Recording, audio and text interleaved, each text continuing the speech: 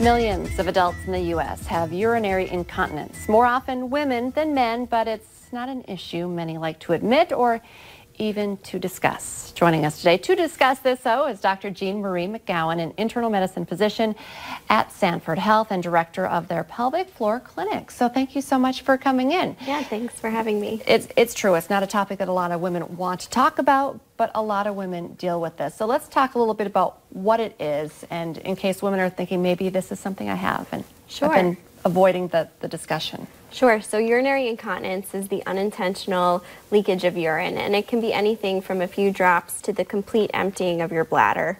And there's different types of incontinence. So there's stress incontinence, which is the leakage when you cough, sneeze, jump, run. And then there's urge incontinence, which is, I really got to make it to the bathroom right now, but you just can't, so you have a little leakage then. And then there's neurological incontinence as well, and that's for like people who have nerve diseases like Parkinson's or MS, diabetes too. So, and people can have a combination of all these different types. So it's a big deal. Now, does this happen to all women with age? I know sometimes I like to say, or we hear the jokes, oh, I've had 4 kids, I can't jump on a trampoline anymore, kind of thing. Is it? Sure. So, I mean, age has a little bit to do with it because of the collagen in our muscles. The elasticity is affected a little bit, but childbirth is a big cause too, because it does a number on those muscles. But some women don't have issues, even if they've had 4 kids. Okay.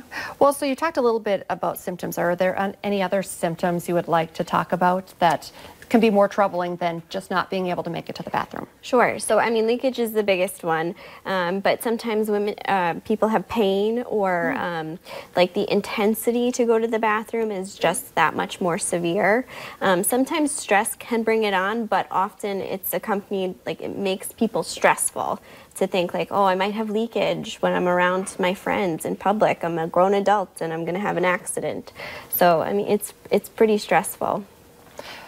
So what can you do to help this? Sure. So, I mean, there's certain things that we've kind of taught ourselves to do that kind of work against us. So, drinking 8 glasses of water a day or half your body weight in water, that's not based on any science. Kind of drink when you're thirsty. So 1 glass of water with every meal, 1 to 2 in between. That's sufficient for most people. Trying to avoid things that's not flat water, so things that are carbonated, energy drinks, soda, caffeine, these all work against you. So in moderation, it's okay, but too much is too much. Smoking can make this worse. Lack of exercise, straining if you have a bowel movement can lead to that leakage too. So there's lots of different behaviors that we've kind of learned. I think I've heard, and I don't know if it's true, even much younger women have had issues with this because they drink so, I mean, like 16 to 22-year-old girls when they're drinking several Monster drinks, a couple Starbucks, and a Diet Coke all in one day. Absolutely. And that all that stuff irritates the bladder, so it's going to make you want to go more frequently. Another habit that a lot of people learn are like, well, I better go to the bathroom before I leave, or as soon as I get someplace, I better go to the bathroom first. That's not really necessary. So go when you have to go, because when you start going more frequently, then the bladder starts learning to trigger you to go at smaller and smaller volumes. Oh. So in the end, you're going like almost every hour, and you really have nothing to empty. That's interesting. Okay, so I feel like some of those, you've kind of touched on this, but what can you do to stop this, besides stopping drinking those Monster drinks or training your bladder to go is it medication? Can you do stuff yourself? Sure. So all of those behavioral changes, trying to ignore that urge or kind of like breathe deeply through it and let it pass, because that urge will pass. Don't cross your legs. Crossing your legs actually makes it worse, because when you uncross them, you might have leakage. Pelvic floor exercises are very helpful for pretty much all types of incontinence. It helps strengthen those pelvic floor muscles more than just doing Kegels. Medications can be helpful for some, but they can come with a lot of adverse side effects, so you definitely have to speak to your physician about that.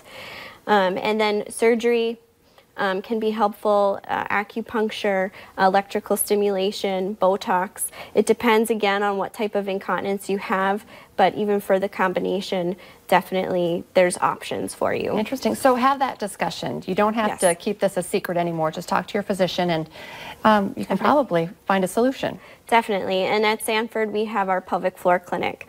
So we do our exam, education, and your first physical therapy appointment all in one morning, all in one location.